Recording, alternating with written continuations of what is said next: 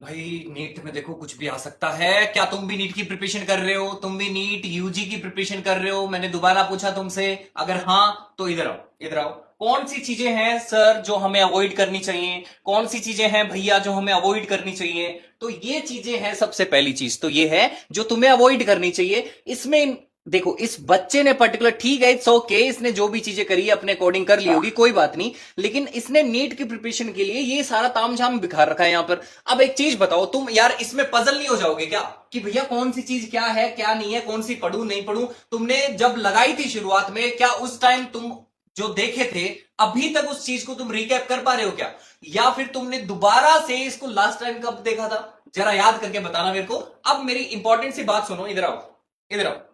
तो पढ़ना कैसे है? पढ़ना ऐसे है कि यहां पे जैसे मैंने बोला, ये मैंने एक अंडरलाइन किया है टॉपिक, ठीक है। इसमें इंपॉर्टेंट जो भी नीट एसेंशियल चीजें हैं वो सारी मैंने अंडरलाइन की है। अब इसमें इंपॉर्टेंट बात देखो तुम जल्दी से, कि मैंने रेप्लिकेशन टॉपिक को देखा। रेप्लिकेशन टॉपिक में मेरे को दिख रहा है कि भैया डबल हेलिकल स्ट्रक्चर होता है डीएनए का। सबसे इंपॉर्टेंट बात यही है ना, बेसिक कॉन्सेप्ट। उसके बाद मैंने क्या बोला, इस डबल स्ट्रैंडेड डीएनए के लिए मैं जब बात कर रहा हूं तो यानी दो स्ट्रैंड है इसके पास में, दो स्ट्रैंड है, तो मतलब दोनों स्ट्रैंड जो है वो सेपरेट होकर क्या एज अ टेम्पलेट एक्ट करते हैं। आधे बच्चों को तो ये बात पता ही नहीं है कि ये टेम्पलेट की तरह एक्ट करते हैं। तो ये सबसे इंपॉर्टेंट बात होगी जो हमें अंडरलाइन करनी है।